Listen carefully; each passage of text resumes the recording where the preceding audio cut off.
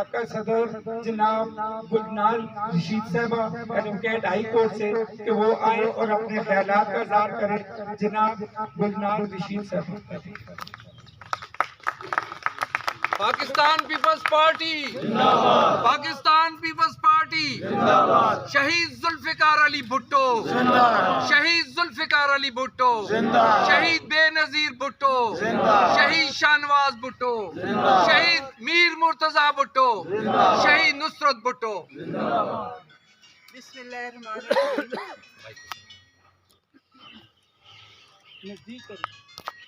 جناب ذوالفقار قریشی صاحب ضلعی صدر، جناب خورشید اظہر صاحب صدر ڈسٹرکٹ بار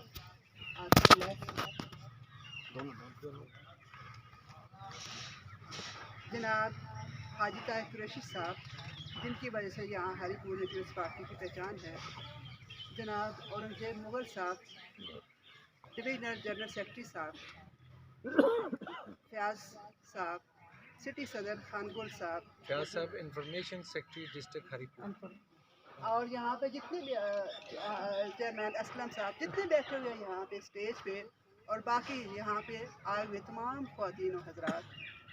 میں سب سے پہلے تو آج خراج تحسین پیش کروں گی پاکستان پیپلز پارٹی ضلع ہری پور کو کہ اس نے آج پاکستان پیپلز پارٹی کے یوم تاسیس کے سلسلے میں اتنا خوبصورت پروگرام منعقد کیا ہے، اور اس کے لیے میں جتنے بھی یہاں پہ مدر ونگ اور ایفیلیٹڈ ونگز اس میں شامل تھے سب کا کنٹریبیوشن ہے، کیونکہ پارٹیاں کوئی انفرادی ذات کسی کی نہیں ہوتی، یہ ٹیم ورک ہوتا ہے. تو میں سب کو خراج تحسین پیش کروں گی جن جن لوگوں نے آج کے اس پروگرام کو منعقد کرنے میں اپنا حصہ ڈالا ہے، اپنا کردار ادا کیا ہے. میں ان سب کو مبارکباد کے مستحق ہیں، اور آج مجھے بڑی خوشی ہو رہی ہے آپ سب لوگوں کو دیکھ کر. آج پاکستان پیپلز پارٹی کا یوم تاسیس پورے ملک میں بڑے جوش کے ساتھ، بڑے جذبے کے ساتھ منایا جا رہا ہے، اور آج کی یہاں پہ منعقد تقریب بھی اسی سلسلے کی ایک کڑی ہے. آج سے 55 سال پہلے ایک ایسا شخصیت جناب ذوالفقار علی بھٹو، جنہوں نے اپنے ہی طبقے کے خلاف بغاوت کرتے ہوئے غریبوں کے حقوق کے لیے آواز اٹھائی تھی، اور وہ آواز اس وقت اٹھائی گئی جب اس ملک میں ایک آمر کا دور رہا تھا، جب اس ملک میں اپنے حق کے لیے آواز اٹھانا گناہ کبیرہ سمجھا جاتا تھا اور تمام آوازیں خاموش تھیں. لیکن ایسے وقت میں ایک مرد مجاہد اٹھا، اس نے مظلوموں کی آہ سنی، اس نے غریبوں کی فریاد سنی، اس نے طلبہ کے حقوق کے لیے آواز اٹھائی، اس نے خواتین کے لیے آواز اٹھائی، اس نے معاشرے کے جتنے بھی پسے ہوئے طبقات تھے سب کے لیے جدوجہد کی.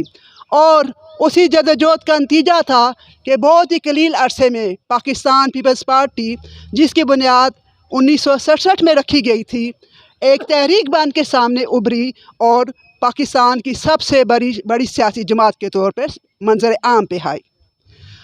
اس پارٹی کی بنیاد میں، یا اس پارٹی کے نظریے میں، یا اس پارٹی کے منشور میں ایسی کیا خاص بات تھی کہ لوگ جوک در جوک اس میں شامل ہونے لگے؟ وہ حق اور سچ کی آواز تھی، وہ لوگوں کے حقوق کی آواز تھی، وہ مظلوموں کی آہ اور ان کی فریادیں تھیں جو لوگوں کے دلوں پہ جا کے لگی تھی، اور لوگ پارٹی میں جوک در جوک شامل ہونے لگے. جناب ذوالفقار علی بھٹو نے پہلی دفعہ پاکستان کی سیاست میں سیاست کو ڈرائنگ روم سے نکال کے عملی میدان میں لائے.